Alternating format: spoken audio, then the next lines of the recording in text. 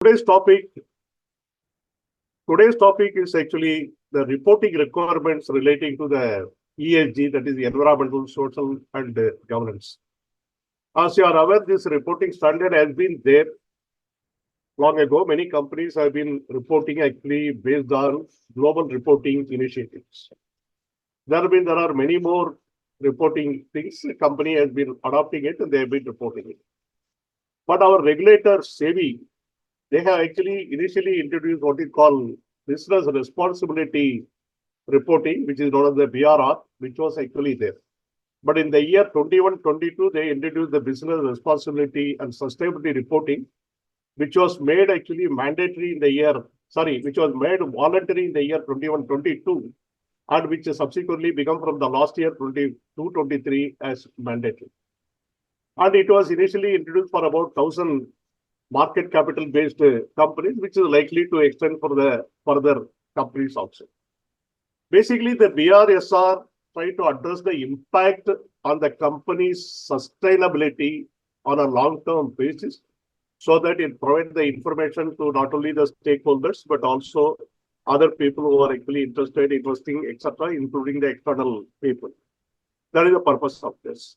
Because today, ESG is very much concerned, not only in India, but across the world all over.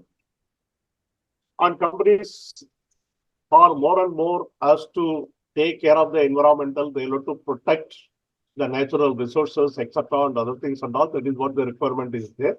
So the view of that, even our government of India has actually brought down a national global guidelines for a responsible business encourage and support.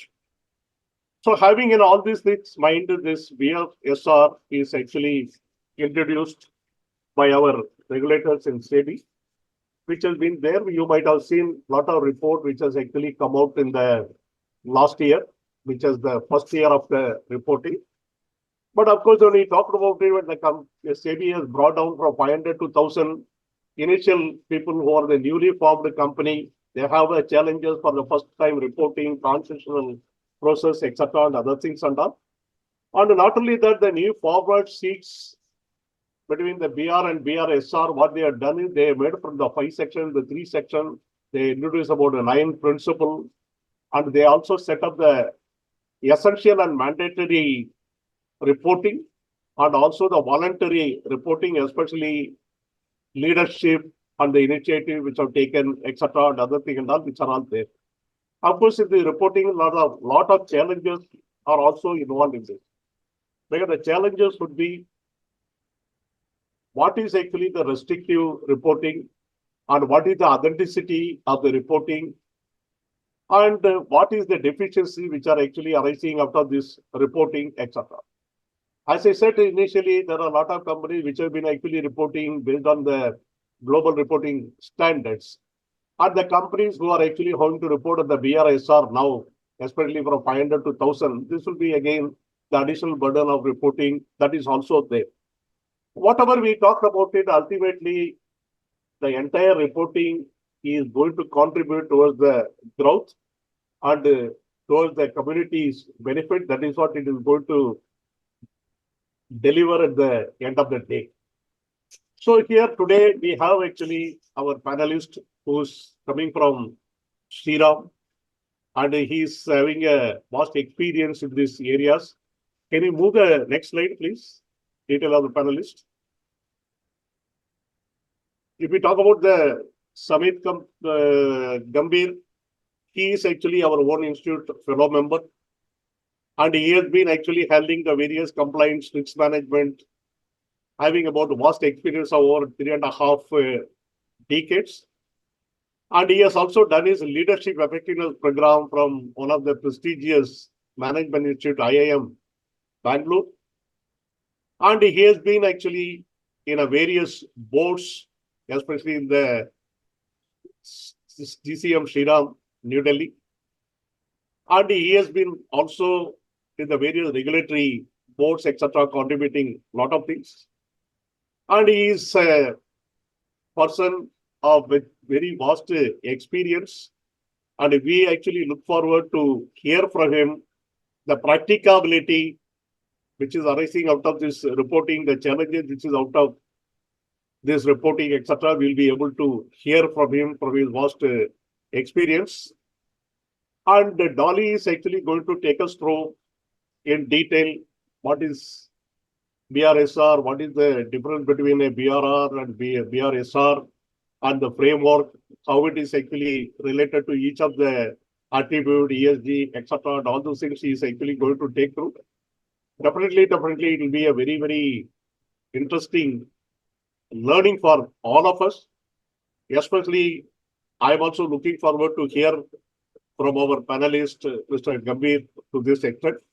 Of course, we have Mr. Sudhakar. I don't have to introduce him anything. You all know that he has been with us for the last 1 year or so. And he is a chartered accountant and also a company secretary. He has worked with the multinational companies. Lastly, he was with Reliance Industries, one of the largest conglomerate in India. And of course, we will have his views on these issues also, because he has been actually handling this to the greater extent, not only from the perspective of the company secretary, but also from the perspective of the chartered accountants perspective. So the various things we will actually learn today. Unfortunately, Dipti is actually had logged up today because she has got the other pediatrician. She is not available today. But the session will definitely go on with this. Our panelist and Sudhakar will look forward to more things. Initially, I will actually request our panelist, Samit Gambhir, to talk about a few words on the topic and give views on this, followed by Mr. Sudhakar, and then we'll ask Dolly to make the presentation. Over to Mr. Samit Gambhir, please. Sure. Thank you, Bala Sahab. Good morning to everyone. Thank you, Sudhakar ji, for having me here. And it's my privilege to be part of this, wonderful webinar. I think, and thank you, Dolly, for taking us through in, for this presentation. I think it's very, very important topic, sir. I really compliment Mehta and Mehta for this wonderful webinar, because, this is a topic which is a very, very important topic nowadays for the company secretaries, for the legal counsel, and for other, even the board members also.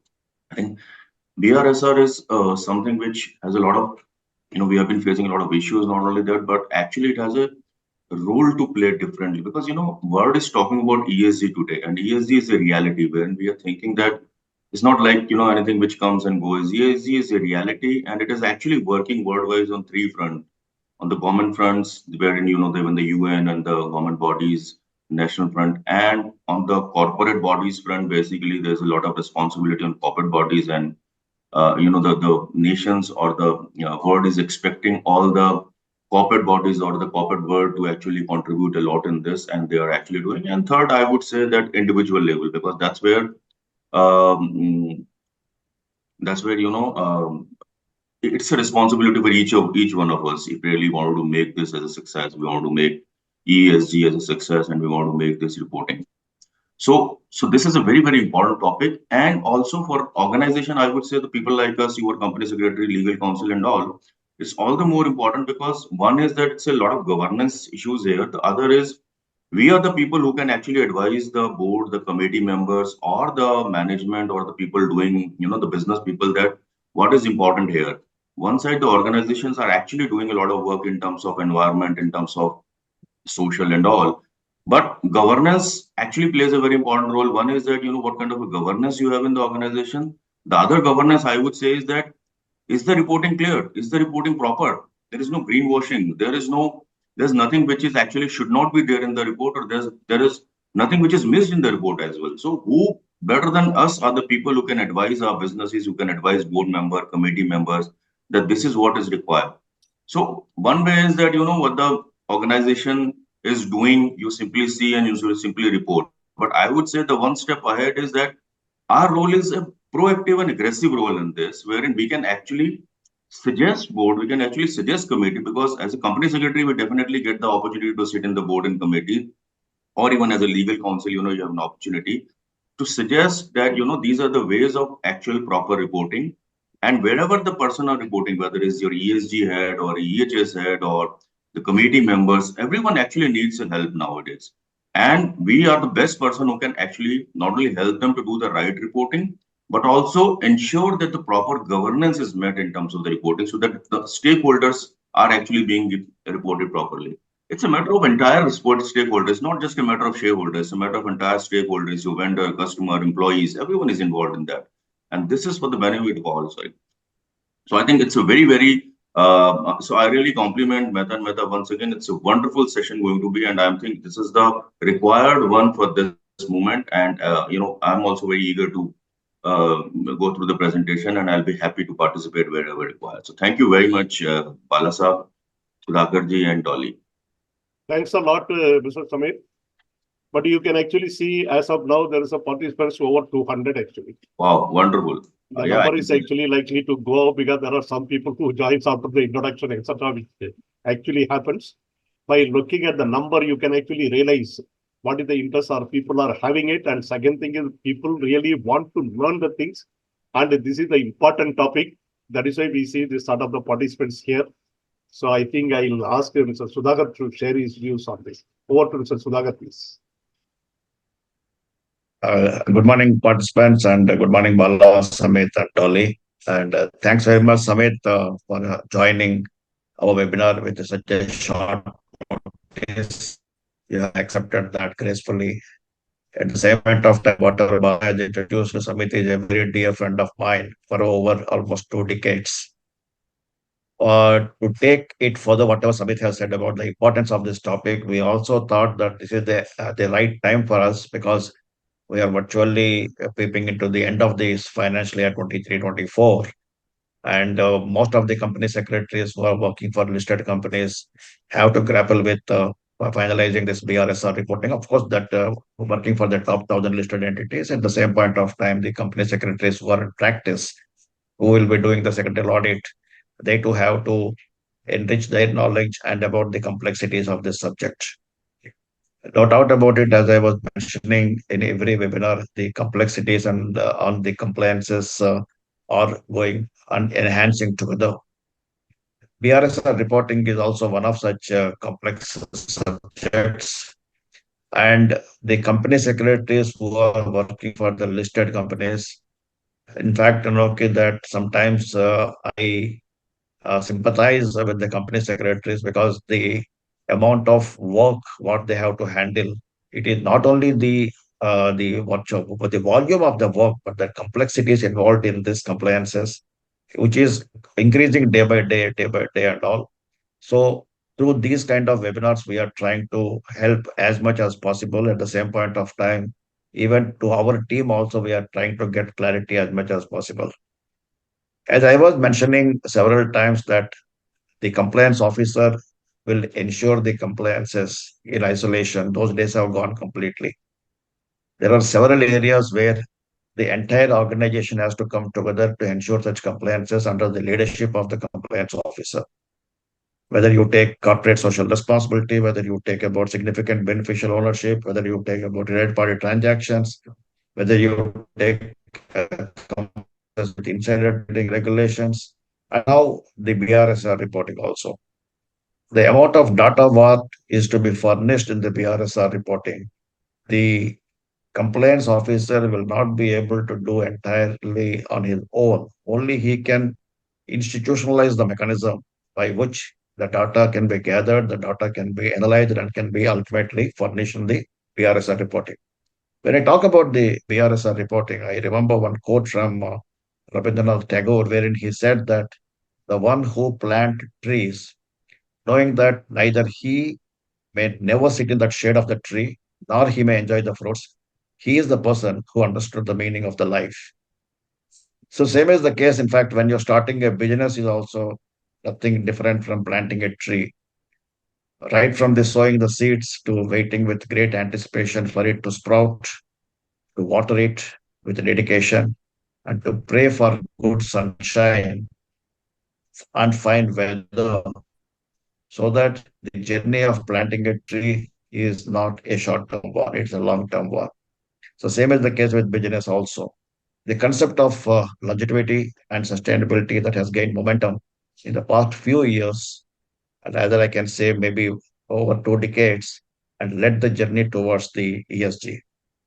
As we all know that when the business is being conducted and the operations are being taken up, the business houses always use the natural resources and the human capital, amongst others, to produce the goods and services required by the society. So there is now a growing awareness and activism among the stakeholders of businesses in particular and society in general, who are demanding business accountability for their social and environmental impacts. Hence, in the present world, sustainability is something that customers are expecting and shareholders are relying on the and employees are of course valuing it. Non-financial reporting is gaining momentum and the traction across the world as more and more companies have started becoming conscious about the adverse effect of their operations on the environment and climate change, and the same are being reported in the integrated reporting of the annual reports. So there is an increasing investor focus on sustainability investing, while companies have been facing increasing pressure from the investors and other shareholders to disclose the ESG risks, practices, and impacts. Regulators around the world are also increasing the required ESG disclosures. The non-financial sustainability reporting provides an opportunity to businesses to communicate in an open and transparent way with the stakeholders. This reporting also envisages the wider responsibilities for a company and its directors beyond its shareholders to its stakeholders, employees, community, and environment. ESG journey is a very long journey, which Dolly will run through us. But the one thing is that it is also the responsibility of the board, as we know that under Section 166 of the Companies Act 2013, which casts fiduciary duties on the board of directors of the company, requiring them to promote the objects of the company for the benefit of its members as a whole, and in the best interest of the company, its employees, the shareholders, the community, and for the protection of environment. So the apart from whatever the responsibilities the directors are having, one of their major duty is that to ensure the welfare of the community as well as the protection of the environment. So effective June 15, 2023, the annual report of top 1,000 listed entities based on the market cap shall contain a PRS reporting in the environmental, social, and governance disclosures. In addition to that, the top 150 companies also have to give the assurance of the business responsibility and sustainability report core, that is BRSR core, with effect from under the manner of the, of course, still according to the best of my knowledge, the manner is to be specified and the reporting formats are yet to be specified as far as BRSR core is considering. I give a pause here and request Dolly to take it forward. And as and when, wherever we have to be intervene, we will do that. Thanks very much, and kindly Dolly take it forward. Yeah. For the information of the participants here, I would also like to add, Mr. Samir Gambhir is actually a co-chairman of the ESG committee, which has been actually set up by our own institute on this matter. And also he is a member of the ESG committee with the Delhi Management Association. And he has been actually publishing a lot of research papers, etc. and all this thing. That's what I said in the beginning. He is actually the practical person. As far as this topic is concerned, we will definitely have his benefits on many issues, many doubts, many things on this which are actually coming up. Yeah. In fact, Bala, just to add further whatever you have said, I consider that Samit as a reservoir of knowledge as far as ESG is concerned. And he is very passionate about this particular subject. And in fact, that the participants might be knowing that at Mehta and Mehta, we also have a separate series of webinars which we have organized on the CSR, corporate social responsibility. About 10 to 12 webinars we had already organized. At the same point of time, very soon we are going to take up this the webinar series on ESG also. That is apart from our Saturday webinars.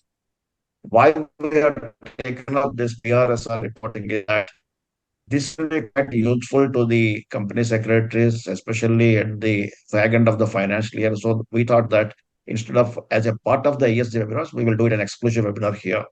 Samit, I'm sure that in our webinar series on the ESG, you will be again honor us with your presence wherever we required to do so. Sure, sir. It will be my pleasure always to be part of it. Thank you very much, Samit. And Dolly, please take it forward. Yeah. So good morning, everyone. It's my pleasure and to give the presentation on this topic and gain further more knowledge. So thank you so much, and I welcome everyone on behalf of Mehta and Mehta. And now I will just share my screen. I hope this is visible. Yeah, very much. You can make it in the presentation mode. Yeah. Yes. So today, as Bala sir, Sudhakar sir, and also Samit sir has given the introduction about the BRSR topic. So today's our webinar topic will be more focused on BRSR reporting. So first of all, business responsibility and sustainability reporting got introduced in India in year 2021, where the SEBI has announced that, via circular, that top 1,000 listed companies, which will be mandatorily required to report on their business responsibility and sustainability, and they have to be provide that report in the annual report, and also they have to report to the stock exchanges. So basically, this initiative was undertaken as India's response and the dedication towards the UN business and human rights principles, guiding principles and sustainable development goals.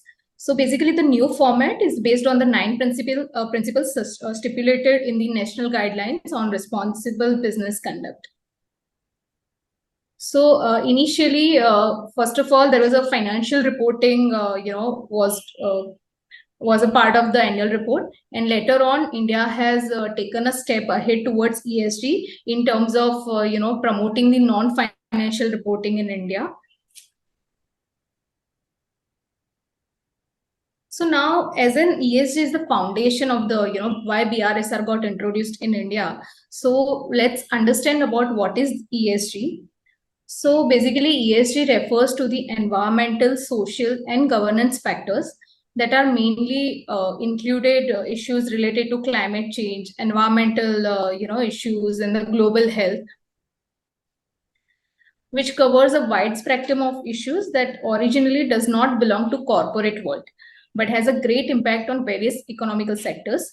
So in the year 2004, the ESG term was introduced in an UN white paper, Who Cares Wins, which tells that in order to win, one should care for its surroundings, which means every organization should take various measures to protect the environment, social, and governance factors while making investment choices to have an optimistic impact on the society.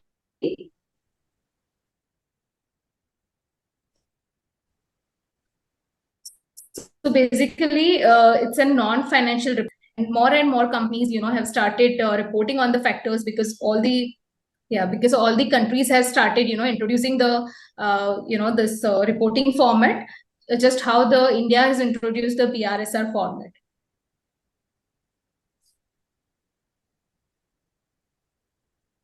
Thereafter, as we just talk about the ESG, so let's understand about the factors. What comes under the E factor? So E factor is basically the environmental, where the factors can be the concern causes, why the ESG reporting is there.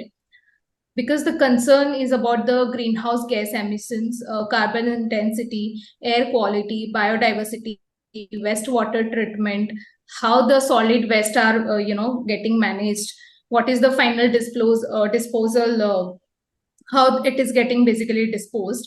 Then there is a factor of the social, where it is, the companies are supposed to consider the factors like community relations, customer satisfaction, human rights, supply chain management, data security, labor standards, health and safety.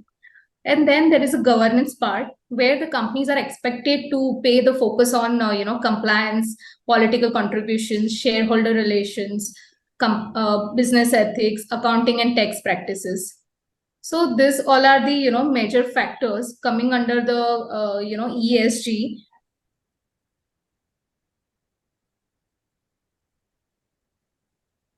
Later on, as the ESG was the beginning of the at the global level, thereafter the several countries has introduced the reporting standards and the framework as well, that how the corporate are supposed to reporting on their ESG consumptions.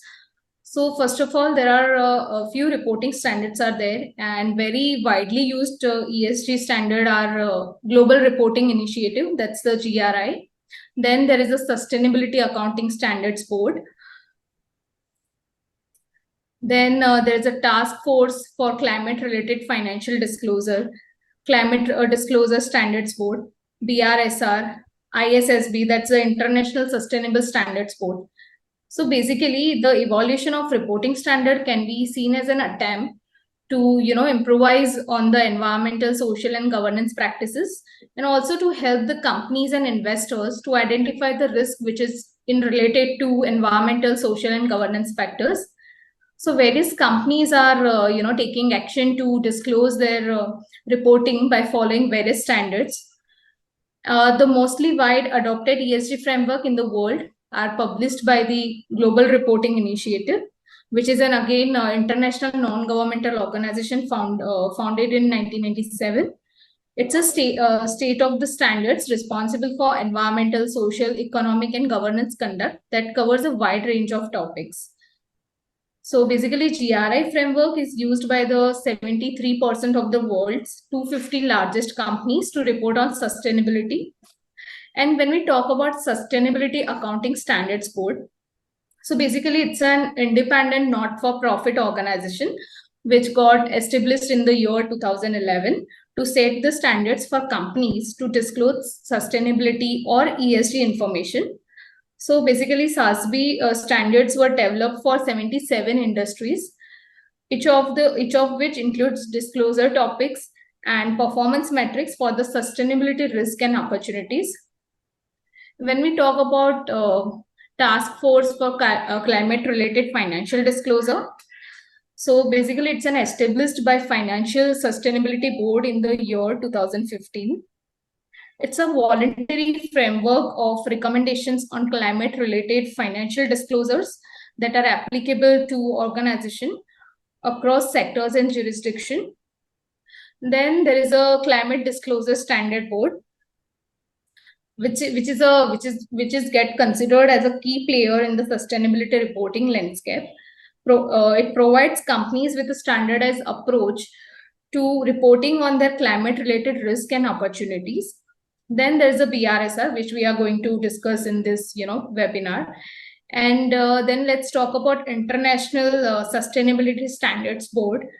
So basically, it's a independent private sector body. They develop and approves the IFRS Sustainability Disclosure Standards. So this is basically a ESG framework, and definitely apart from this also there are many more standards and framework are getting used globally.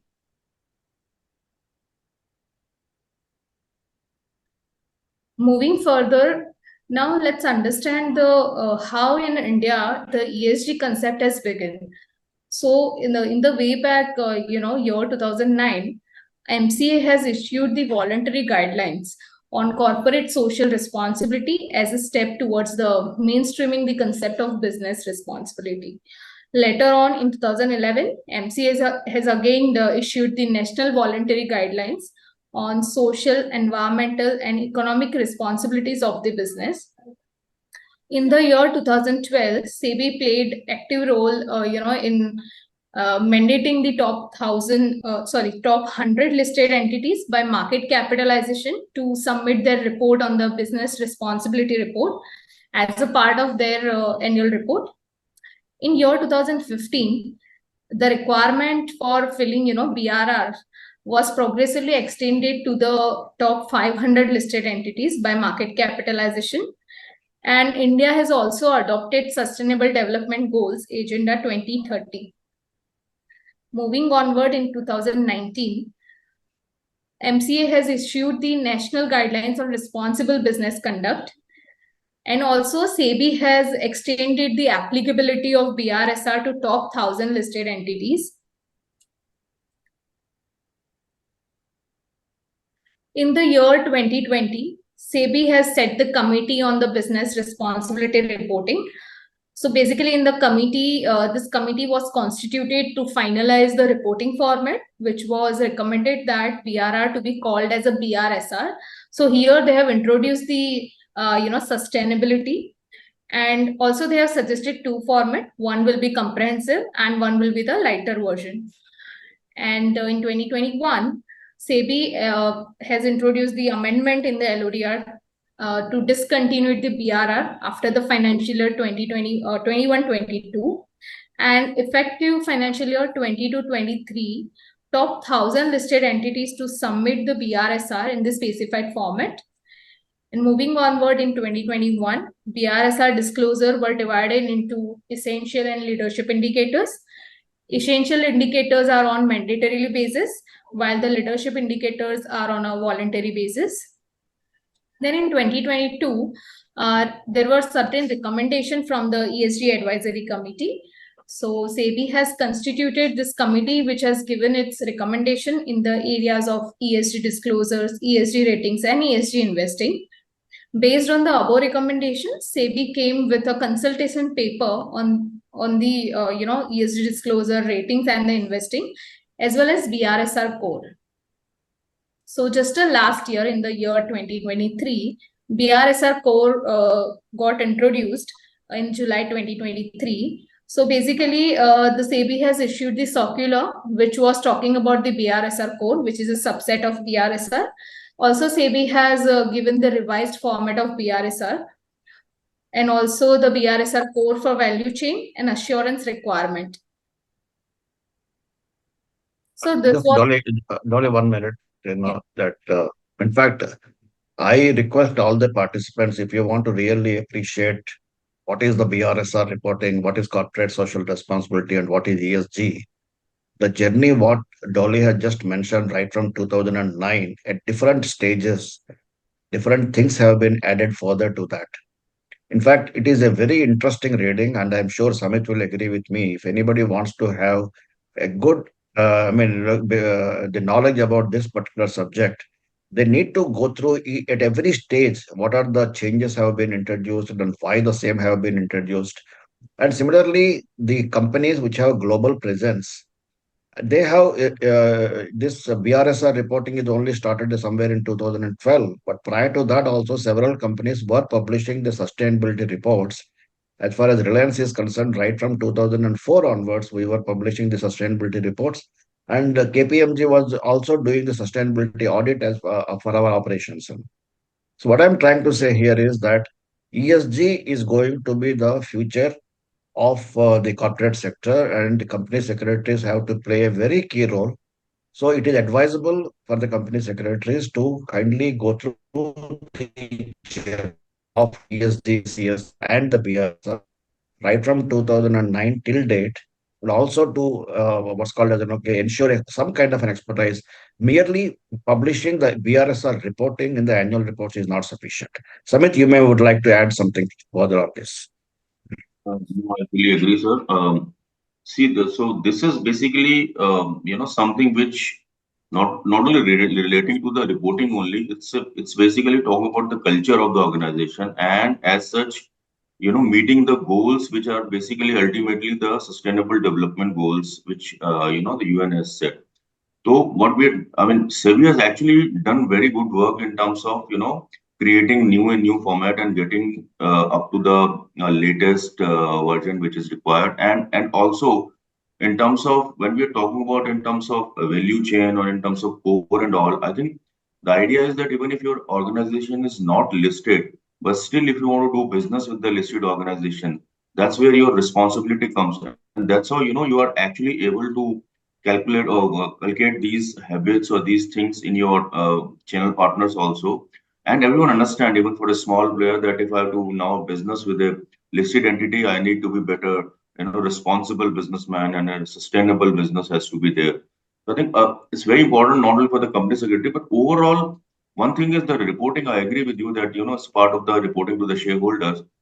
But if you see the overall, objective of this subject is very, very interesting, and the future lies here definitely. So At the same point of time, the company secretaries also should that as of is not applicable to why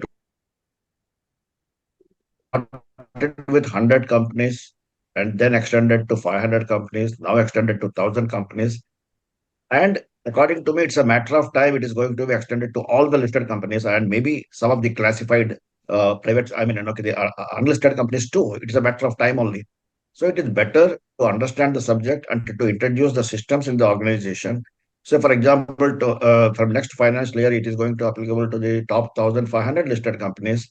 Sitting at that point of time and introducing the system across the organization may be slightly difficult at all. So better to start all these things right from now onwards. yeah, I Yes, agree. Dolly. Definitely, because this is one thing is reporting. Mandatorily reporting or compliance is a very absolutely different issue. But at the same time, if you're talking about the culture or the talking about the DNA of ESG in organization, like most of the company. But when I see, when we started working a lot on ESG, since the last 2 years, what I've seen is that in our business reviews also now the board and the committee and the chairman, they talk about that every business head or business review has to present at least 2 slides. What are the efforts they are doing on ESG? What are the kind of sustainable efforts we are doing in ESG? And what are the planning for the next 3 months or for 6 months in terms of sustainable business and ESG efforts? So I think it really helping. It really helps. We have seen the globally also. Samit, it is also the human tendency. We do several things, we do lot many things, but when we have been asked to report that, here the problem comes in. It is very, very difficult for us to report what we do. And whereas here the complaints officer has to struggle to report on several issues, which he is not only responsible or doing that. Several of his colleagues are doing, different departments are there, and you have to go persuade them, goad them to give that kind of reporting, and then ultimately has to collate that and he has to submit it in the BRSR reporting. So I agree, sir. See, I always say all the company secretary or legal person, I say that unless and until you know your business well, you're not a good company secretary, number one. Number two, the moment you join an organization, it's your responsibility to go and meet each business people, understand the business. For our team, for example, whenever we hire a company secretary, first few months, we don't give him the company secretary. We tell them to go understand the business, each and every aspect of business, understand the risk of business, understand the compliance issue. And then when you start collating the things, you have questions to ask them. And then you get the clarity of that also. So I think it's very important for us to understand business before you become actually the company secretary or compliance. And one of the ways for the company secretary, sometimes it may so happen if you go to the departmental heads on your own, they may not be able to educate you on the business processes. To some extent, they will do it certainly. But as we know that in case of listed companies, there is a familiarization program of the directors. Right. Directors are to be trained also. Okay, so take this opportunity, tell the directors that yes, tell the department heads, my directors are to be trained on the ESG related aspects. My directors are to be trained on the BRSR related aspects. So please give them the training. In this process, you also get trained. Along with the directors, when that the HODs, the departmental heads are giving the training to the directors and in-house training about the business operations, the orientation will be entirely different. The focus will be entirely different. And you as a company secretary, when you are getting attached to the board, in this process, you are also getting educated further. And when your departmental heads see you, the way you are interacting with your directors and the directors are interacting with you, then as a your position as a company secretary also getting elevated, which they some may not be able to appreciate what sort of a role a company secretary is playing in the organization. Because recently some company secretary asked me that मेरा कोई सुनता नहीं मेरे organization में मैं क्या करूं बताओ. So you have to make it that in such a way that people have to listen to you, people have to recognize you, people have to identify you. That is your responsibility. How you will do it? Might be this is one of the ways, I think. Yeah. Yes, Dolly, please go ahead. Well said, Sudhakar. Actually, really speaking, the regulator has actually given a recognition like company secretary as a key managerial person. And not only that, for the first time in 2013 Act, the regulators also made it. The company secretary is required to comply with the requirement of the corporate laws, but at the same time, he has to also coordinate with the board of directors in ensuring the compliance of all other applicable laws. So here really comes the company secretary's role really. And second thing is, as we are all aware, company secretary is the one who is always associated with the board. He is there in every board meeting, he is there in every committee meeting, he is the one. No other person in the organization other than the company secretary, apart from the director, they are not present in the boardroom, really speaking. So he knows virtually in and out, he knows what is the thing. Second thing is, he being a compliance officer, he is well aware what is to be complied with. So naturally, he is going to be a monitoring factor, he is going to be the driving force. As you rightly said, he has to coordinate with the team, he has to make his presence, he has to ensure that his presence is very much recognized in the organization, he has to well organize. That is there. How he do it, what he do it, that is a different way. Everybody will have the different way of doing it. But as you rightly said, that is what it is. There is no point of saying, koi sunta nahi hai. You have to make them to listen. You have to make yourself presence. That is what it is required at the end of the day. Yeah. No, I agree, sir. You have to make them, you have to make your presence felt, and that can only be done. I'm again telling you, that can only be done. One is your competency. You are a company secretary, your competence is very important. You need to be expert in your subject matter, and you have to understand the business. If you know these two things better, you will be able to speak on the board matters. You will be able to speak on certain matters. Unless you know, अगर आपको पता ही नहीं आप सिर्फ अपना काम compliance करे जा रहे हैं सर, तो then it will be difficult for you to get your presence felt. One of the seminar I was in a ESG, interestingly, I'll take 2 more minutes. So I was just talking about this, that, you know, the role of company secretary in terms of ESG issues and BRRC issues, etc., etc. So don't think that it's not your responsibility, because there is a lot of a role you have to play. So one guy, stood up and he says that, sir, हम क्या कर सकते हैं, जो board decide करता है वही तो वो करता है, what is our this thing, how can we speak to them? I said, no, gone are the days. You have to get it done. You have to understand that your responsibility is much more than that, and unless and until you tell them that what is right, what is wrong, what is required, what is not required. See, no board is actually doing any non-compliance. No one wants to do any non-compliance. No one wants to do any unethical practice. If something which you understand that has to be tell them properly, it's your duty to tell them properly. So in the one of the forums recently, I was mentioning that your professional identity, your professional competency depends on your professional knowledge. Yeah. Once it is the last one is professional knowledge is there, obviously professional competency will be there, obviously then the professional recognition. Manoj, you are raising your hand, but we allow the participants to speak only at the end of the program. Kindly bear with us. But you can put up the queries in the chat box also. You can just put up, we'll check it up. Yeah. Yeah. Dolly, go ahead. Yes. So far, thank you so much, all the panelists, for giving your inputs as we were discussing on the journey, towards BRSR. So as we understood that earlier, the SEBI has introduced the BRR format in 2012. And then in 2021, SEBI has introduced the sustainability reporting format, again, with the business responsibility. So what was the major changes? So earlier, if we talk about the reporting section, then in the BRR report, there were 5 reporting sections where it was the company has to provide the detail about their, general information about their business line, about their locations and CSR activities and everything. Then there was a financial details. Then they had to give a BR information, that the business responsibility about the employee, treatment, the ratio of the employee and everything they had to provide, and the principal wise performance. If we talk about BRSR, in that there are 3 reporting sections. First is the general information about the company, then the management and process, and then there is a principal wise performances. Again, if we talk about the format, so in BRR, there was a single format applicable for all the companies. And in the BRSR, the SEBI has introduced BRSR format for the top 1,000 companies basis of the market cap. and the BRSR light version for the companies to whom the BRSR is like, they are not falling under top 1000, but at a voluntary level, if they want to, start practicing, towards the sustainability reporting, they can adopt the BRSR light version. Then there are indicators. So in the BRR, it was most in terms of qualitative in nature, and in the BRSR, it is more quantitative in nature. There are essential and leadership indicators. Then if we talk about the disclosure requirements, so in the BRR, they had to disclose it in the annual report.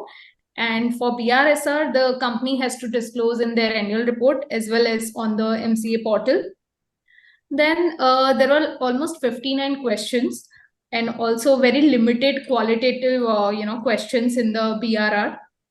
If we talk about BRSR, there are total 140 questions, from which 98 are mandatory, 42 are leadership, that is voluntary in nature, and total more than 300 qualitative indicators.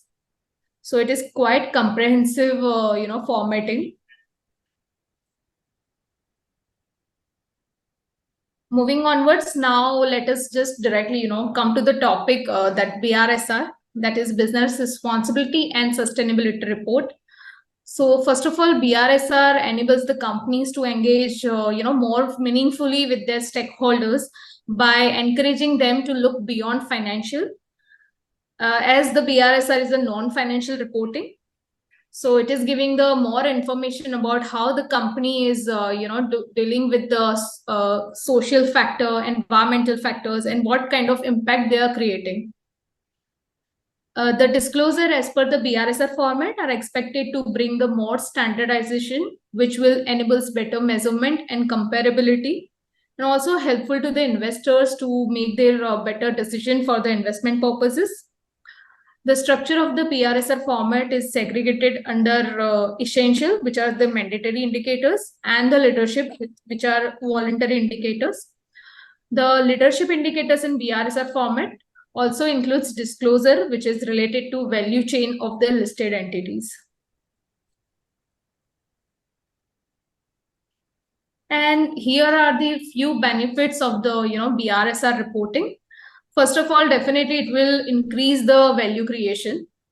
So company which are, embeds the sustainability into its core operations, builds a business that lasts longer, outperforms its competitors, investors will be more interested to invest on those companies. So basically it will create, enhance the value. Stronger and brand positioning.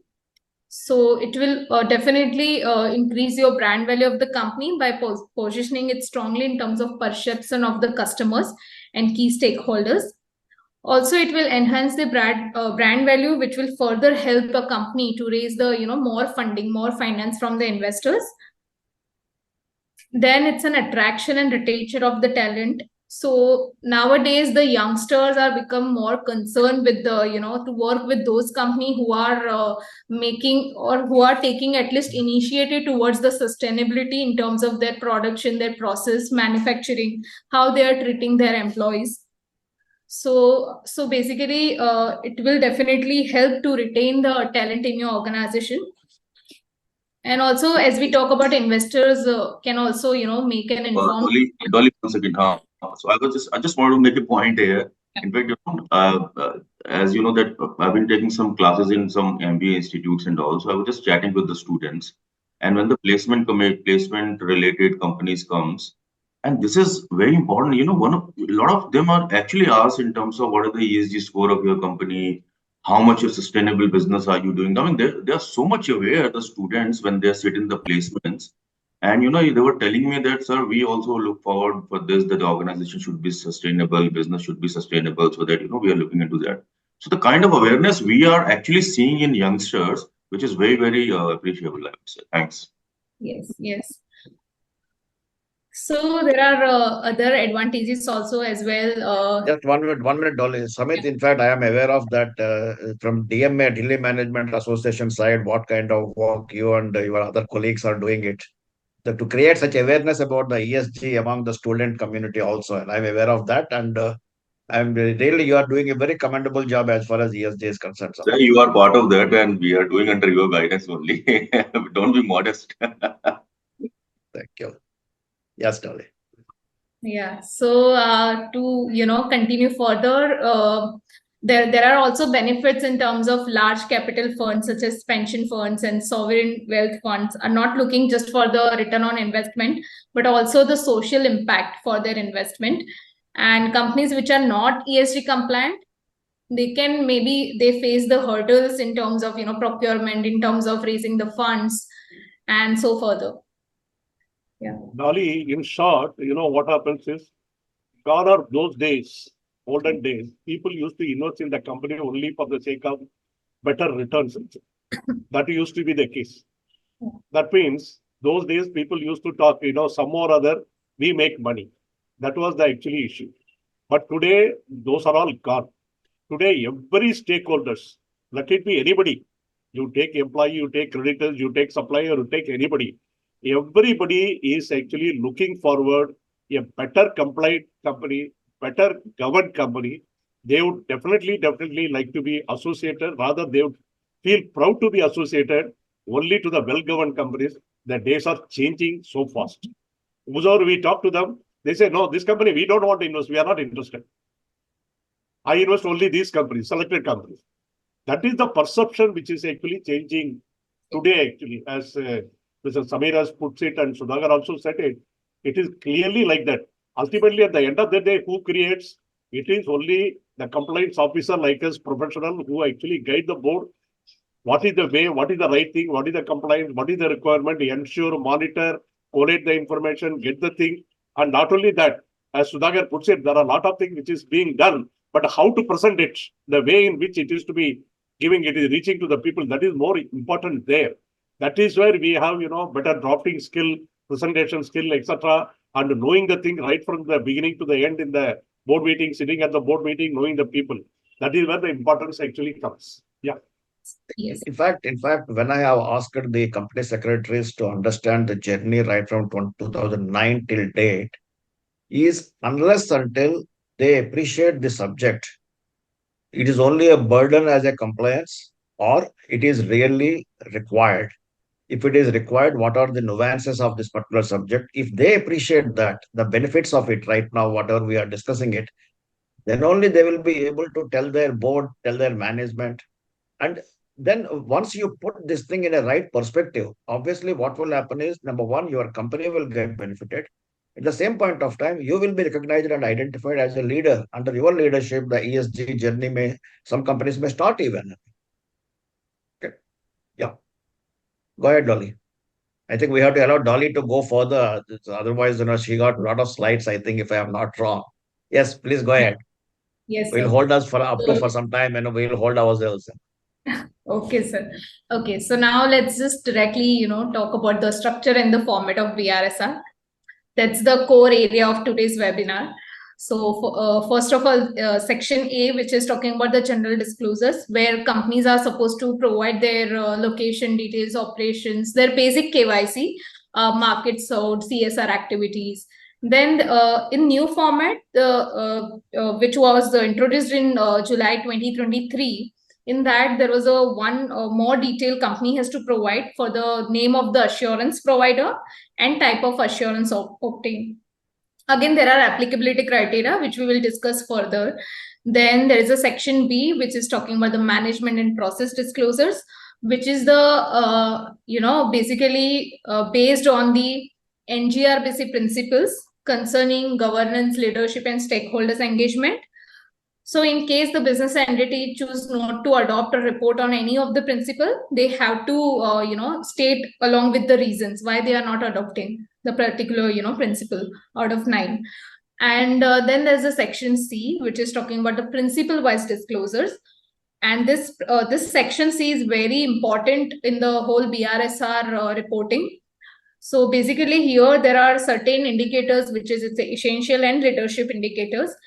The new format has introduced to provide details on the accounts payable, openness of business, concentration on sales and purchase, spending on measures towards well-being of employees and workers, gross wages paid to the female as percentage of total wages, complaints filed under POSH, details on non-renewable resources, electricity, fuel. So let's just discuss further about the national guidelines on responsibility business conduct. So that's the NGRBC principles. There are 9 thematic pillars of business responsibility, which are called as principles. Now, each principle is introduced as a statement and followed by a narration of the essential aspect of the principle referred to as a brief description. Each principle is accompanied by a set of requirements and actions that are essential to the operationalization of the principle, referred to as a core element. These principles are interdependent, interrelated, and non-divisible, and business have to address them holistically. So all the 9 principles are correlated and interdependent, and business has to take care of all the 9 principles by a way of a holistic approach. So what are that principles are? So basically BRSR, as we seen in the section C, is completely based on this 9 principles. Okay, so NGRBC, basically it's an attempt to align the Indian guidelines with United Nations guiding principles and sustainable development goals. So what are those 9 principles? So first principle is talking about businesses should conduct and govern themselves with the integrity in a manner that is ethical, transparent, and accountable. Business should provide goods and services in a manner that is sustainable and safe. Businesses should respect and promote the well-being of the employees, including of the value chains. Businesses should respect the interest of and be responsive to all their stakeholders. Businesses should respect and promote human rights. They should also respect and make efforts to protect and restore the environment. While engaging in influencing public and regulatory policy, they should do so in a manner that is responsible and transparent. Businesses should promote an inclusive growth and equitable development. And also they should engage with and provide value to their consumers in a responsible manner. So in all these 9 principles, the core focus area is on the stakeholders from all the angles, taking care of the employee, taking care of the environment, taking care of the consumers, also investors. Sorry, you're on mute. Yeah. So you see that these 9 principles, if we want to really appreciate that, of course, you have to go into detail about while you are furnishing the information. But if you see that such a beautifully, they brought that entire, just like, Bhagavad Gita in the 18 adhyayas they have brought in. Similarly, here also, if you see the essence, the first principle talks about that business should conduct and govern themselves in a more transparent accountability. That means they are talking about the governance of the company. Second thing is they say that they have to provide the goods in a sustainable and safe manner. So they are talking about the safety of the product also, not only about the quality of the product, but also they are talking about the safety of the product. The third thing, they are talking about the well-being of the employees of the organization. In the fourth, they are talking about the entire stakeholder community. Fifth, they are talking about the human rights. And sixth, they are talking about the efforts to not only protection of the environment, but restoration of the environment also. See, there is an entire different is that. That means what this is active, reactive, and proactive. Similarly, here also they are talking about not only you have to protect the environment, but you have to also restore the environment. Means when you are doing your business, you will be certainly utilizing the resources of the environment, but at the same point of time, it is your responsibility to replenish the resources for the future generations. Okay, and similarly, if you go further, it talks about the business with engaging, influencing public in a responsible and transparent manner. And then the business growth should be inclusive growth. That means society is also to be taken along with the growth of the company and in an equitable development. And finally, it said that business should engage with and provide value to their consumers. That means whatever the money you are charging, that you have to provide the value for every rupee what you are taking from your consumer. So if you appreciate, these 9 principles, in fact, okay, if somebody complies with these 9, definitely the business will prosper further and the employees will also take a pride for working for such organizations. Sir. Yeah. Yes, sir. So, as we talk about NGRBC principles, we must have to talk about the Sustainable Development Goals. There are 17 goals. So basically the 2030 agenda for sustainable development adopted by United Nations in 2015 for 17 sustainable development goals. This 17 SDGs and 169 targets aims to address critical global challenges in area of human rights, equality, and environment protection.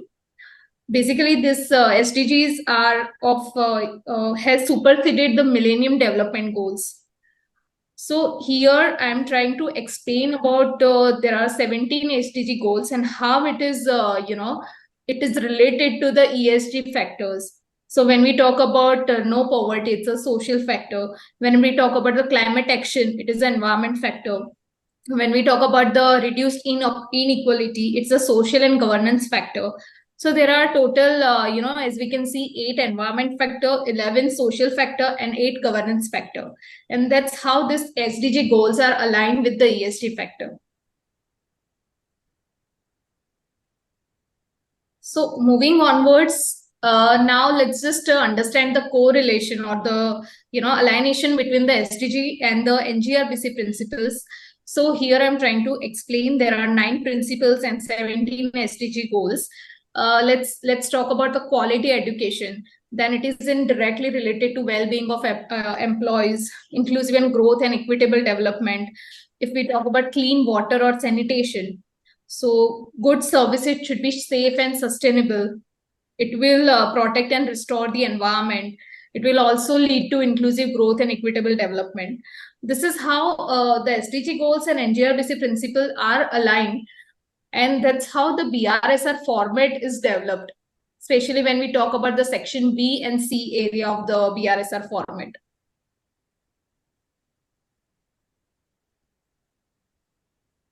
So these are the 17 goals. Life on land, which is again related to goods and services, safe and sustainable, then protect restore the environment. Then 7, 8, 9 principles, which is in correlated with the 15th SDG goal. Moving onwards now, let's start with the format of BRSR reporting. As we discussed before, that section A is belongs to the general disclosures, where company has to provide their basically a KYC details. So let's start with the details of the listed entity, the location, name of the company, the subsidiary details, then the reporting boundary, whether it is standalone or consolidated, then details of their business activity, product constituting 90% of their total, business activity. Then they have to give the detail about their turnover, their operations, market served, then employees details, then the participation of women in board and KMP, turnover rate, then CSR details, then transparency and disclosure compliances, basically the complaint which they have received from stakeholders, how much is pending, how much they have resolved for this current financial year and the previous year. And basically it's an overview, about the company in terms of how they are treating their employees, what is the ratio in the board of the man and the woman, what is the, how they are operating, what is the market they are serving, CSR activities. Okay, and also they have to give a very important detail about their overview of entity material responsible business conduct issues. So the materiality is a very core area to write the BRSR report, to find out the materiality issues. It's the very important part of any organization. And newly in the new report, they have also asked to provide the name of assurance provider and type of assurance provided. Although this assurance to appoint the assurance agency, basically it's not applicable currently to all the companies. It is for the current financial year, it is applicable to top 150 companies. So they have to provide the details in this new format. Thereafter, let's move to the section B, which is management and process disclosures. In this section, businesses to demonstrate the structures, policies, and processes put in the place towards the adopting the NGRBC principles and the SDG goals. Policy and management process, which is talking about the, which is aiming to help the business demonstrate their structure, their policies, their processes they follow towards the accomplishment of the NGRBC principles. Then there is a policy and management process, which is talking about the translation of policy, which policies you have adopted, and if you have not adopted, then you have to give the reasoning why you haven't adopted the particular policy. Then how extension of policies to the value chain partners. All these details the companies are expected to provide under section B. And also the details of international and national codes, certification labels or standards, which is adopted by the entity and mapped to each principle. Then specific commitments, goals, and targets set by the entity, if any, along with the performance against the goals and targets, along with the reasons if you haven't achieved. And then there is another part in section B, which is the governance, leadership, and oversight, where a statement by the director responsible for the report to highlight the ESG issue. Then also details of the highest authority responsible for implementation and oversight of business responsibility policy. Also, they have to answer for whether they have any specific committee of the board or director which are responsible for the decision making on sustainability related issues. Then also the details for the review of performance against laid down policies, follow-up action, frequency with respect of each of the NGRBC principles, and also rectification of the non-compliances, statutory requirement relevant to the principles. And one more requirement is any independent assessment or evaluation of the working of its policy. If you have, carried out via external agency, then that details also company has to provide.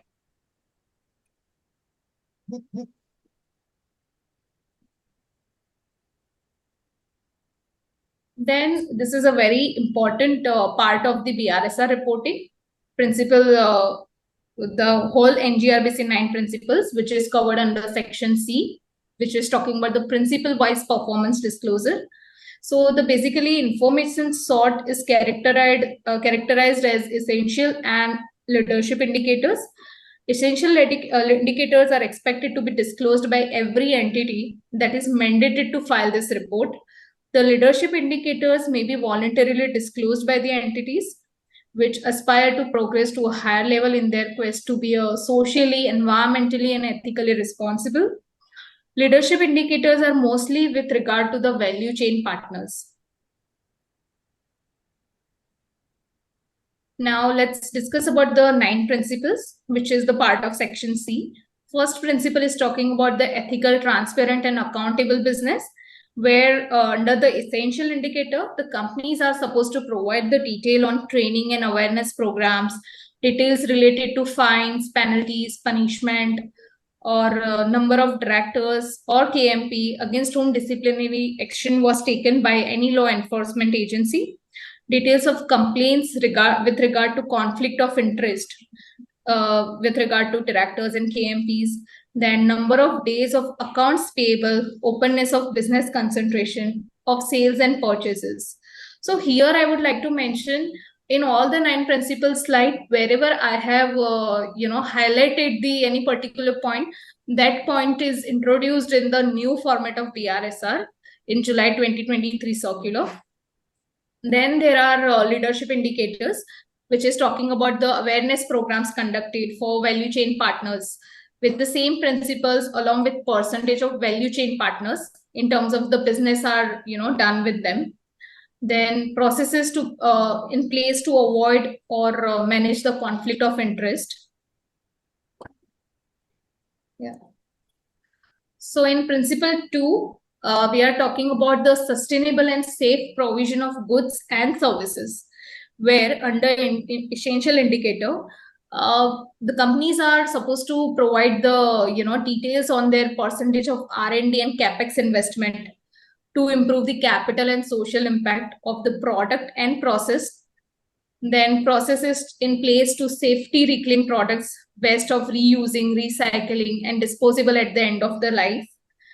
Where we can talk about the plastics, including the packaging, then e-waste, hazardous waste, other waste.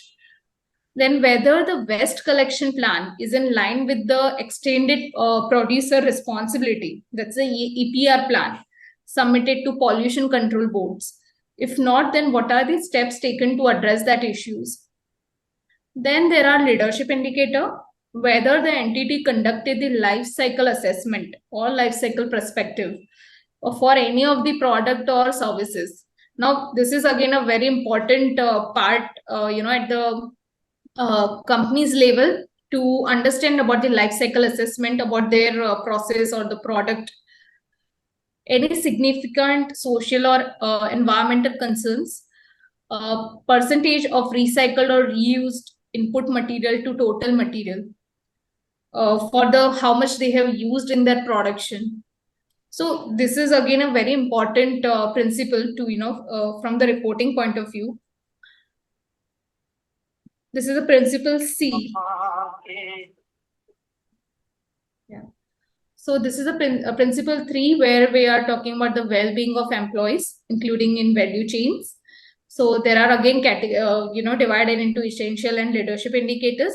Essential is talking about the measure for the well-being of employees and workers, then mechanism available to receive and redress the grievances, then details of training given to the employees and the workers, then cost incurred on well-being measures as a percentage of total revenue of the company, then safety related incidents and measures taken, spending on measure towards well-being of employees and workers. Then there are leadership indicators, where the companies are supposed to provide the detail on number of employees or workers suffered high consequences work-related injury, then action taken to address significant risk, measures undertaken by the entity to ensure that statutory dues have been deducted and deposited by the value chain partners. So this principle is focusing on the employees and majority on the workers which are working in the factory. So what kind of facilities are provided to them, what kind of safety measurement are taken by the company, and how companies making easier for a disabled people, which are differently able people, to come, and how companies giving them employment and treating them, the facilities are providing to them.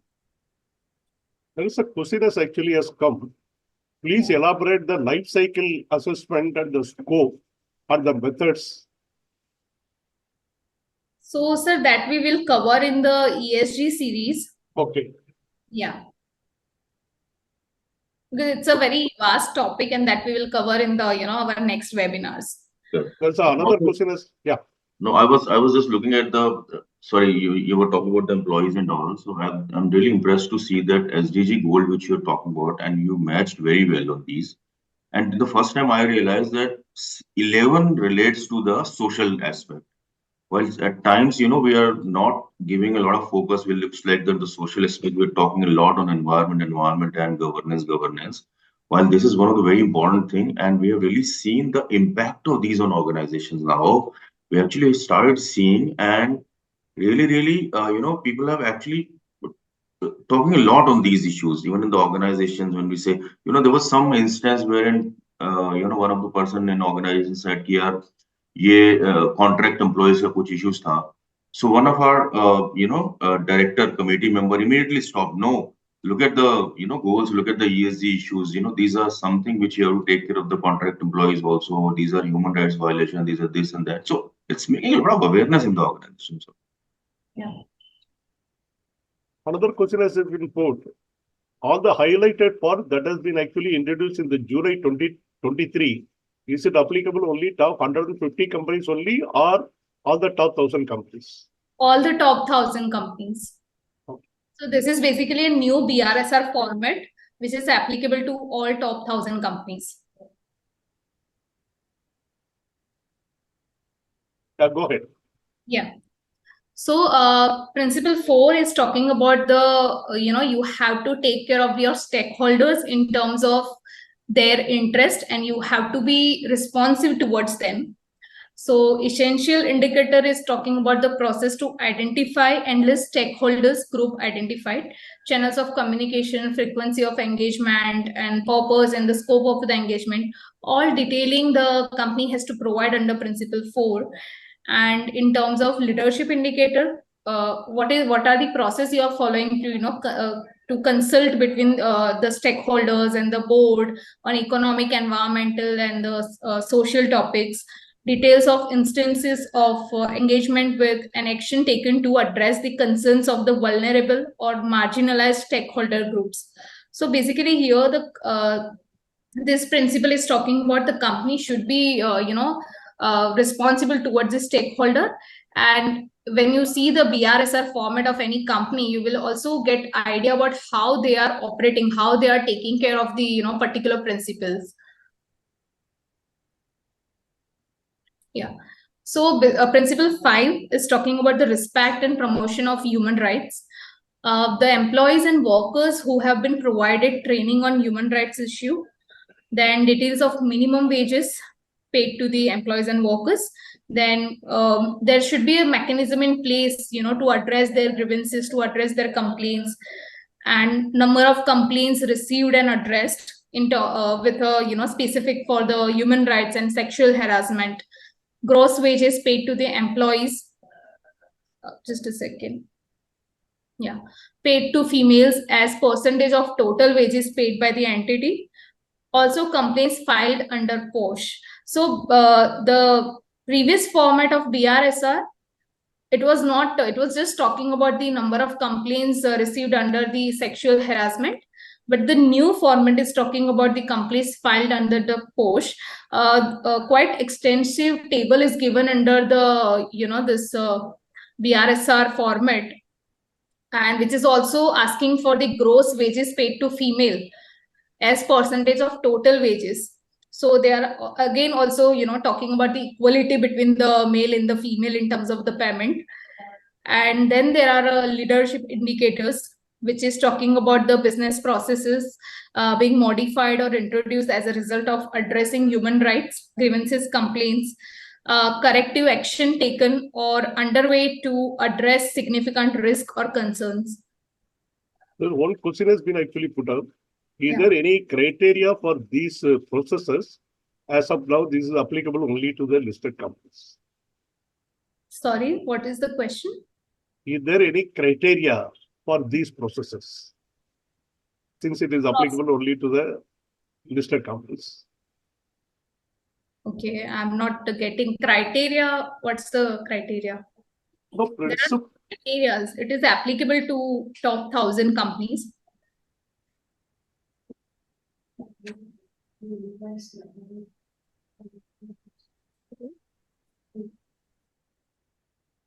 In fact, I am also not clear on the criteria because the way the reporting format has been actually put up, they have actually designed in such a way, in many cases, it is actually yes or no question. In some places, they clearly mention what is the things. So I'm not really able to get what is this criteria.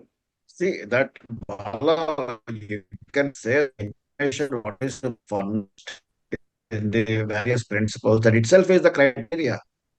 What Yeah, other that is what. criteria you require for that? Yeah, that is what. Yeah. Then Yeah. again, another, yeah.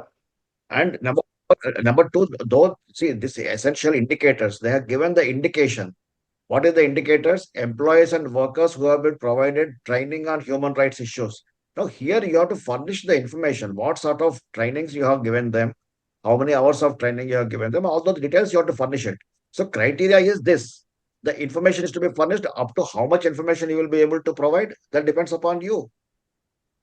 Yeah. And How- under principle Yeah, 5, majority they are asking about the data of their financial year, current financial year, and the previous one. Yeah, and at some of the points they are asking about to provide the details in the terms of quality. Yeah. how reporting elements are actually differentiable between the BRSR and BRSR core and BRSR light. But that he has to wait since I think she has not even touched upon BRSR core. Dolly is yet to touch BRSR core. I think she's presenting it in future. I think the participant has to wait. She's going to address that. Yeah. Yes. Yes, go ahead, Dal. So yeah. So let's talk about the principle 6. This is talking about the efforts to protect and restore the environment. So there are essential indicators which is talking about the total, to provide the details on your total energy consumptions, energy intensity, water withdrawal intensity, then water withdrawal source, water discharge and air emissions and GHG emissions, waste generation and disposal, wastewater treatment, then complying with applicable environmental law regulations or guidelines. So this principle 6 is quite extensive in terms of quantity, the quantitable data the company has to provide. Then in the new format, the SEBI is also asking about to provide the data on non-renewable sources. So under that, there are, they are asking for the electricity consumption, fuel consumption, energy intensity, then water discharge by destination and level of treatment, surface water, groundwater, sea water sent to third parties. So basically, they are talking about also here about the scope 1 and scope 2 emissions, intensity per rupee of turnover, adjusted or purchasing power parity. So total scope 1 and scope 2, that is a GHG emissions. Basically, scope 1 is talking about the direct use they are doing internally of the energies and the electricity. Scope 2, the external energy and electricity they are using for the GHG emissions and the water intensity. Dolly, just 1 minute. I think Samit, you may switch on your video and I make a small request to you, Samit. In fact, when Samit has agreed to come as a panelist, he told me that he will be able to be there for 1 hour only because he got another commitment. He has to address some other forum for which he has to leave. But he has extended it by 22 minutes and now he is requesting me, sir, I want to log off. But before Samit, before you log off, okay, would you like to say a few things, if anything is there in particular as an advisory from your a person like you who got passionate about ESG and BRSR reporting and all? What sort of advice you are going to give to the company secretaries who are in service, because you are also in service at the same point of time for the people who are in practice doing the secretarial audits of listed companies? Kindly do that. Thank you, sir, and thanks for having me here again. I'm saying so. I think the important thing here, what I see and the challenge what we're feeling as a company secretary is a collation of data, and collation of data for this reporting is actually very important thing because कई बार क्या होता है कि there are things which are already happening in the organization, we are not aware of it. So talking to the business people, getting them. So we have to have, we have made some small committees on this. So उसमें क्या है कि when we discuss 1 or 2 or 3, 4 items, we discuss with certain business, we keep it open and then we say this is what is the objective. So I think collecting data is one of the most important thing and very challenging thing also. So you have to start in the beginning of the year. I'm saying that the moment all the changes came, we have started talking to the people that these are the changes come, you have to be prepared for that, and these are the timely thing. Plus involvement of the board or committee members or telling them that this is what is happening at this stage is very important, then it gets a lot of seriousness in this. So I think these 2-3 things are very important. And for secretarial auditors, I think, not only on the reporting only, but they should also try to check certain areas that how do you collect the data. I think there are many tools also now collecting data also, frankly. So I think these are really helpful and we are also started using those tools. So I think these are important things which I say is very responsibility with the responsible sense of responsibility you have to collect and you have to report. So thanks very much, Samit. And I'm sure that in the ESG webinar series, when we are starting at that point of time, definitely we will have the benefit of your wisdom and knowledge on this particular subject. Till such time, thanks once again. God bless you. Thank you everyone. Thank you very much for having me, sir. Thanks Bala sir. Thank you. Thanks a lot, Samit. Thanks a lot for your presence. Yeah, go ahead, Dolly. Yeah. So then there's the principle 7, which talks about the business in responsible and transparent manner. So there are essential indicators where the company has to give the data on the number of affiliations with trade and industry chambers or associations they are having. Then top 10 trade and industry chambers or associations at national and international or state level. Details of corrective action with regard to any issues related to anti-competitive conduct. Then leadership indicators, which is talking about the details of public policy positions advocated by entity and frequency of review by board, annually, half yearly, quarterly. Then they have to specify that, indicators. Thereafter, there's a principle 8, which is talking about the inclusive growth and equitable development. Again, it is divided into essential leadership indicators. Essentials are talking about the details of social impact assessment of the project undertaken by the entity. This is related to their maturity of their CSR project. Then information on project for which ongoing rehabilitation or end settlement is being undertaken by your entity. Mechanism to receive and redress the grievances of the community. Job creation in smaller towns, rural, semi-urban, urban and metropolitan. Then there are leadership indicators, which is talking about the information on CSR project, action taken to mitigate any negative social impact, then details to beneficiaries of the CSR project. Then this is the last principle 9, value to the customers. Essential indicators, mechanism to receive and respond to the consumer complaints and the feedback, number of complaints received and the product recalls on account of safety issues, policy on the cyber security and risk related to data privacy and details of the same. Then instant of data breaches, percentage of data breaches, impact if any. So now instance of data breaches point was earlier under the leadership indicators, which are voluntary in nature. In the new format, it has shifted to the essential indicators. And then there are leadership indicators, which is talking about the channels and platforms where information on product and services of the entity can be assessed. Information and education to the consumers about the safe and responsible usage of product and or services. Now, let's understand about the, SEBI circular in July 2023, which was the amendment, towards the BRSR new format, which we have gone through so far. Then also they have introduced the concept of BRSR core, supply chain management and assurance provider. So first of all, about BRSR core, which is a framework which has been developed to achieve the twin objective of improving credibility and limiting the cost of the compliance. It's consists of the select key parameters indicators under each the ESG attributes for which listed entities shall need to obtain reasonable assurance. It's a subset of the BRSR. It's consists of the set of the key performance indicators or metrics under 9 ESG attributes. BRSR core framework specifies the methodology to facilitate reporting by the corporates and requirement of the assurance of the reported data. So basically, it's specifies the data and approach for reporting and the assurance. The approach specified in the framework is only a base methodology, and any changes or industry specific adjustment or estimation should be disclosed in the report.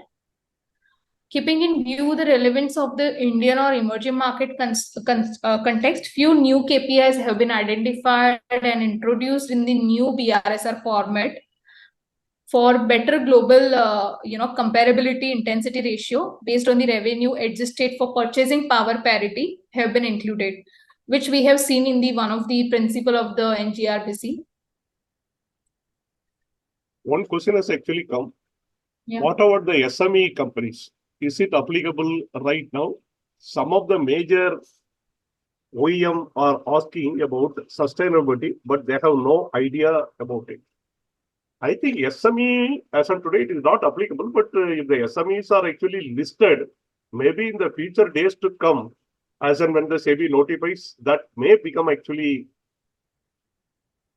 reportable, I think so. Yeah, so as of now, it is just applicable to top 1,000 listed company on our main board. Correct. Correct. Yeah. Yes, SME it is not there. Yes, but there are many startup and private companies who are at voluntary level. They are following the ESG. They are having their committees as well on ESG.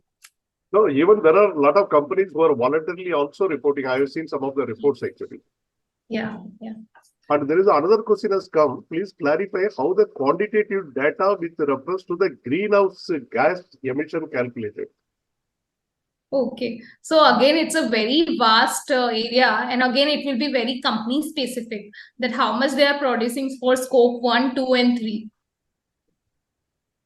So for that, that we won't be able to answer right now because it's a very vast thing, and also which reporting standard they are adopting.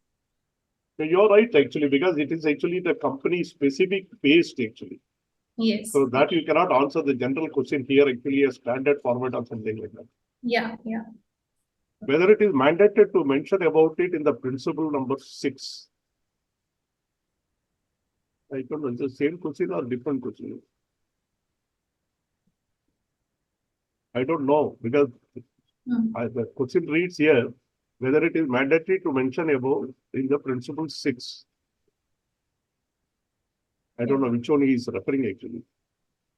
Ajay Kumar, can you be little more clarity on this?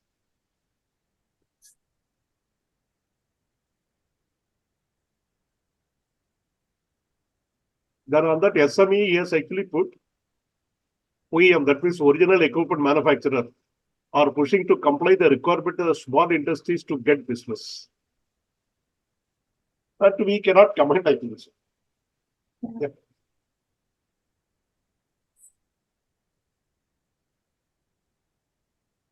Whether we need to provide the fine levied, what is it? Sorry. Also, as per the regulation 30, as per the what paid is used. Yeah, regulation 30, anyway, you have to report separately. That is there. That is under the SEBI regulation, you have to report separately. That is there actually.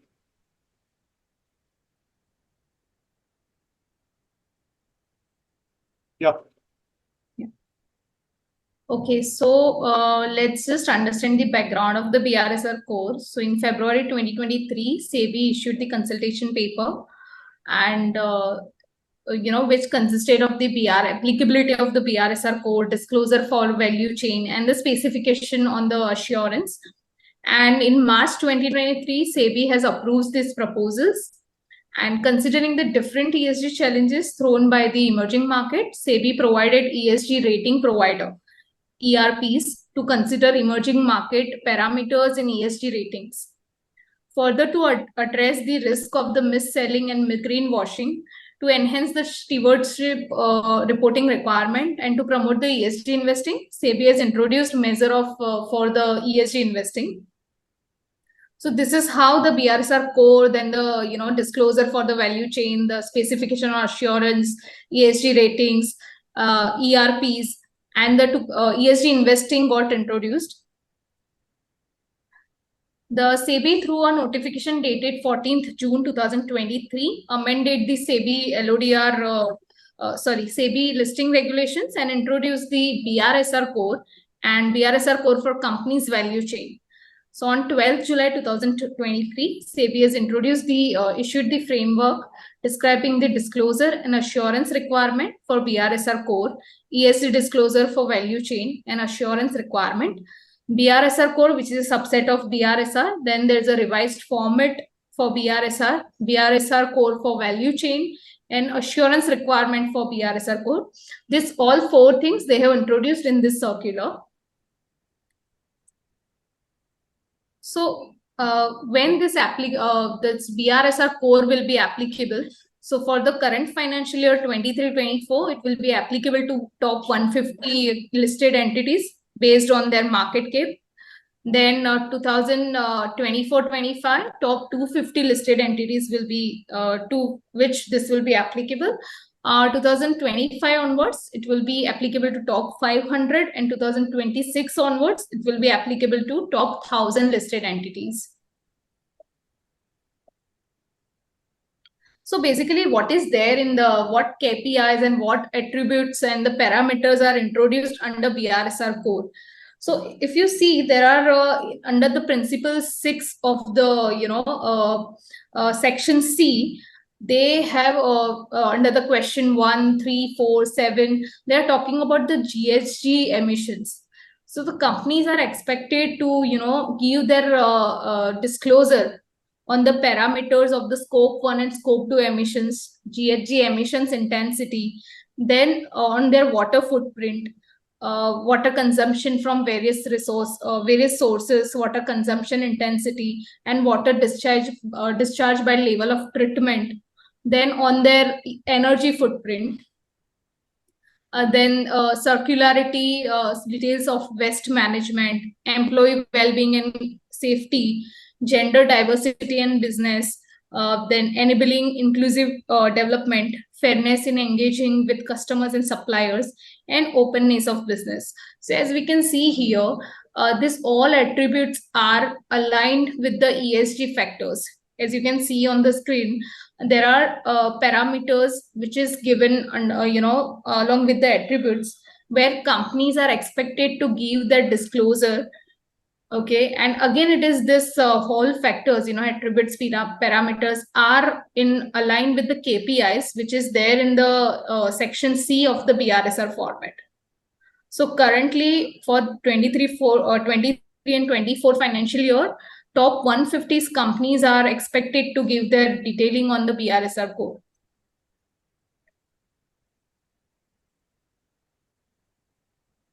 And then there is an introduction about the assurance provider. So SEBI has under the circular of the BRSR core, SEBI has provided that the framework was stipulated to evaluate an assurance provider by a listed entity while appointing. There should be expertise. The board of the listed entity should ensure that the assurance provider of the BRSR core has the necessary expertise. Then there should be an independence. There should be basically no conflict of interest with assurance provider. And for instance, it should be ensured that the assurance provider or any of its associates do not sell its products or provide any non-audit or non-assurance related services, including consulting services to the listed entity or group entities.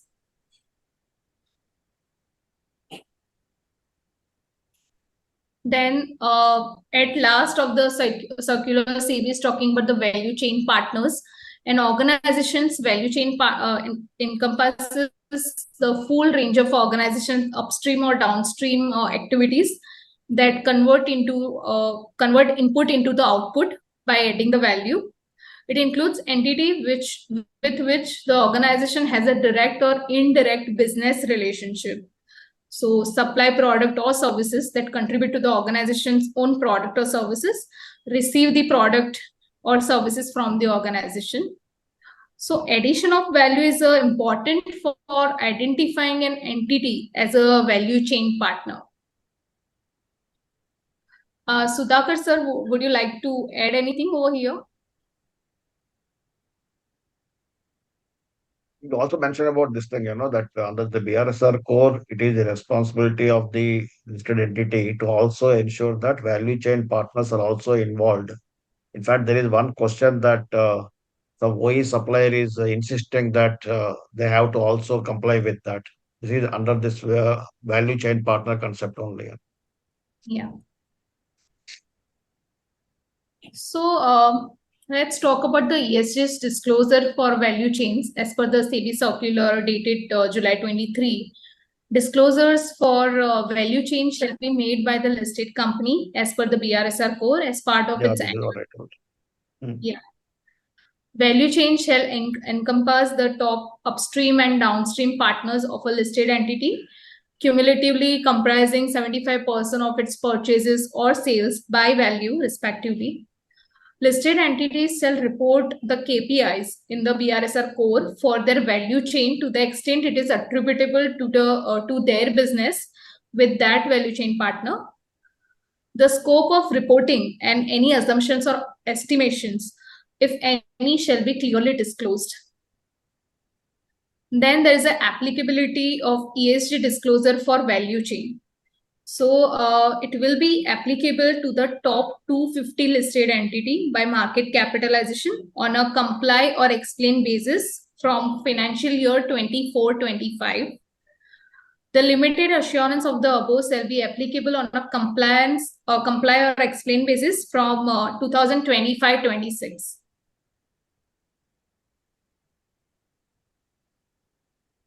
And at last, let's just discuss about the challenges with respect to the BRSR. So already Samit sir has spoken about the challenge about the data collection.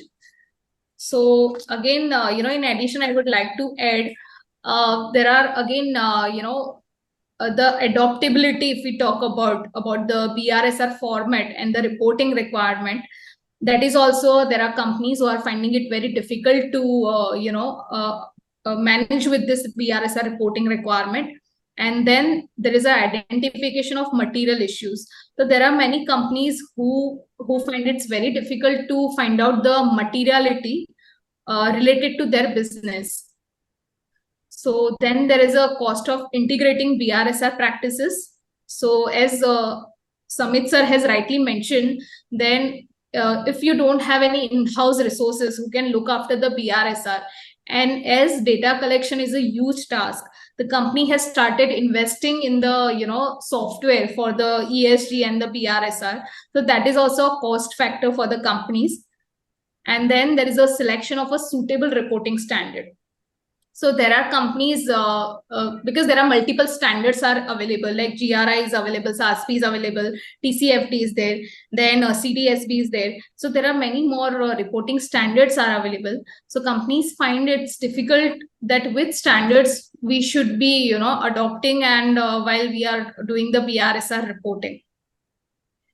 And also there is because since now the company has to appoint the assurance provider. So again, to identify and to evaluate assurance provider, that is also a challenging part at the side of the company. Yeah. Yes, sir. Let us look at some of the questions what people have actually put up here. Yeah.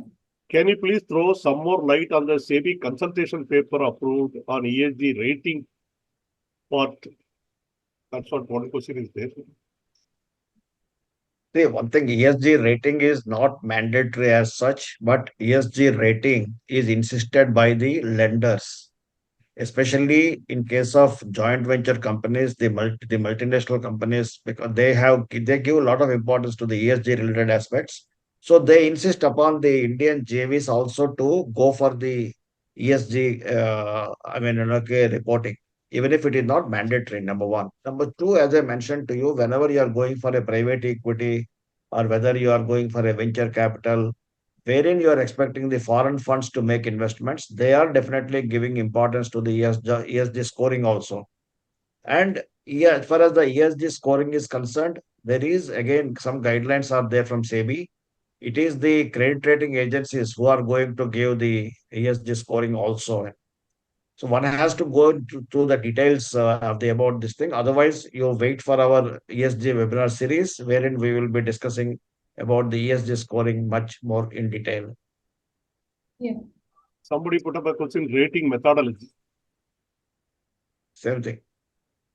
Then again, somebody has put up a question. Or these questions are actually available anywhere or given by SEBI? The question itself is available in the BRSR. In the BRSR format, all these questions are there. Yeah. Under which you have to submit the information. Correct. Okay. In BRSR, we need to report to fine paid only or not levied only, since the word is used paid. Fine, once it is levied, the fine, once it is levied, you won't pay for the fine. Yeah, you have to pay. That is there.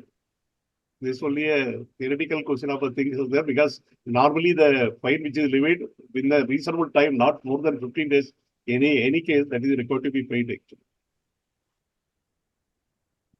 SRMM can be referred to valuation of the quality of BRSR report. I don't know what is exactly the question. He's saying SRMM can be referred for valuation of quality of BRSR report. What is this SRMM? Sunita, can you clarify what is it? I'm not able to get you. There's another question there. Can you please provide the clarity on the definition of the trading houses mentioned in the BRSR code? Yeah, hi. This is Sunita, and ICI has released SRMM that to evaluate the quality of BRSR. They have allotted the numbers, which score is 300 in a total, which can be reduced to your applicable areas, and on that basis, you can evaluate the quality of your report.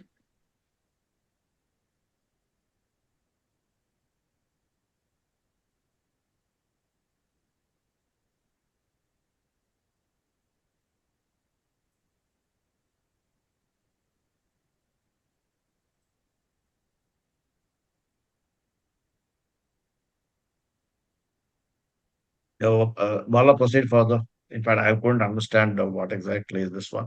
Yeah, I'm also not able to. Basically, let me just clarify to the participant the purpose of organizing this webinar is on the strictly on BRSR reporting. Let us not getting into the ESG related activities at number one. Number two, as I have also mentioned that when you are furnishing the information or when you are furnishing the data in the BRSR reporting, lot many challenges will be there, which in fact the present slide is depicting that only. So this may differ from industry to industry, from company to company. And on this kind of webinars to answer these kind of questions, which are to the, okay, the pertaining to company or industry to industry, it will be very difficult for us. But as I was mentioning that to a large extent, maybe in the ESG webinar series, when we are organizing it, that point of time, we are going to take up each and every concept separately and we'll be focusing upon that. But in this webinar, these kind of questions which are required minutest details may not be possible. Yeah. How company can go for ESG scoring? I think there is each Again, weightage I have mentioned for mentioned that individually. already. That is the thing. That's what Yeah. you said actually here. Right. Okay. SRM, we talk. I don't know what Sunita actually said, whether she's giving a information or she's asking. I'm not able to follow. Is BRSR, we need to report that we talked about it. Like CHG emission, air emission, somebody is talking about.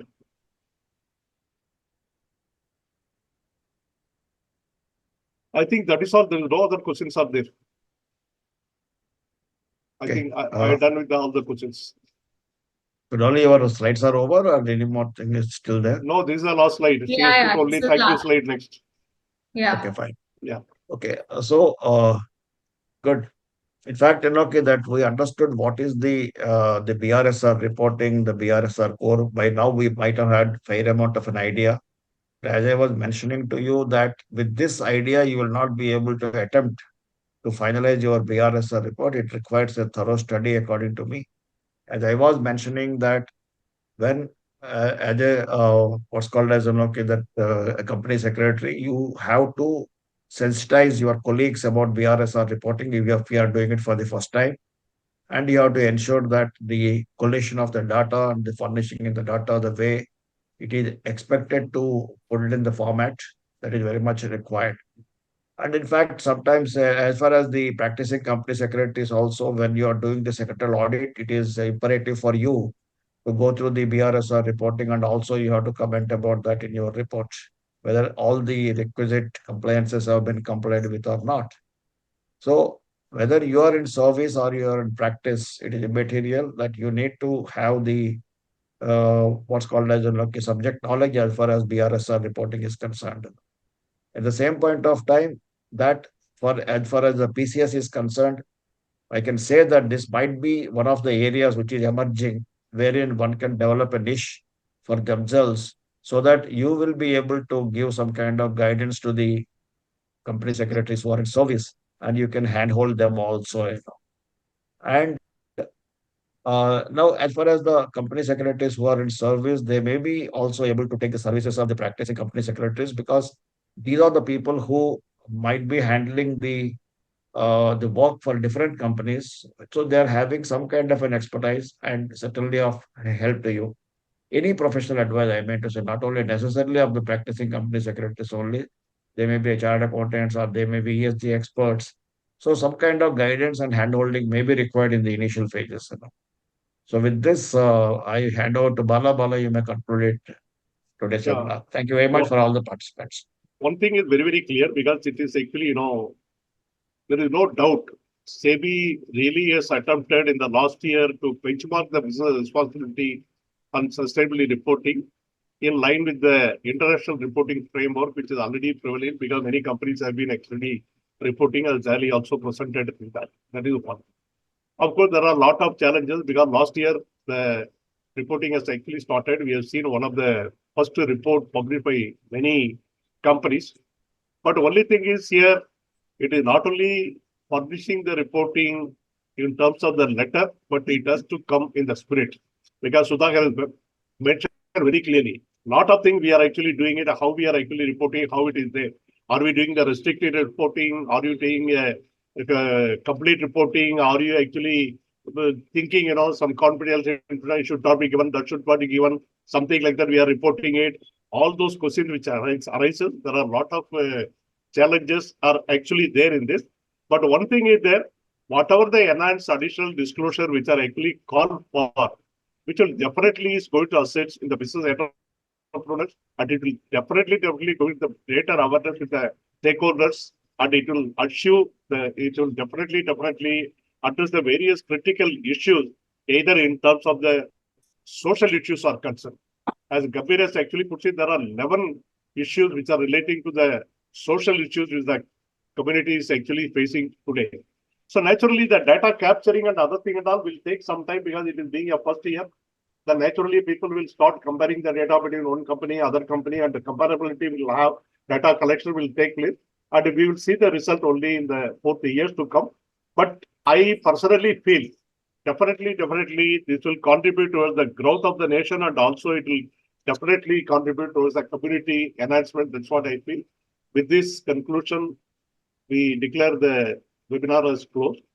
And I would like to take my great appreciation to Dolly to done the excellent homework and bringing out all the related issues in a very nicely manner, illustrated manner to give a fair understanding on this. As we have seen, even at this closing hours, we see about 170 people who are there actually. That shows the importance of this topic itself. As Sudhakar has put it, it's a very, very vast topic. And since Mehta is organizing the series of SSC seminar, people who are interested to get to know inside more, they can actually attend those webinars, they can get to know the more thing. Here, at least we got a great idea about the BSR, its reporting, its importance and the thing. Thanks a lot. In the absence of Mr. Gambhir, I express my sincere thanks for his contribution for this seminar. I don't want to thank separately Mr. Sudhakar because he is always there for us to support in any of the seminar. He keeps on giving various value addition to everybody. He is really a great professional asset to all of us. That's all. I won't say again, thanks to Mr. Sudhakar. Thanks to all the participants for your interaction. Thanks a lot. And this webinar will be disseminated via the YouTube. It will be available. There have been people who have been actually asking, can you share the presentation, etc. We don't share the presentation as such individually. But when you access the YouTube webinar, the presentation is already there. You can actually access it. Thanks a lot. Yet we meet in the next Saturday, yet another session. Thanks a lot. Thank you. Have a good day. Thank you so much, Bala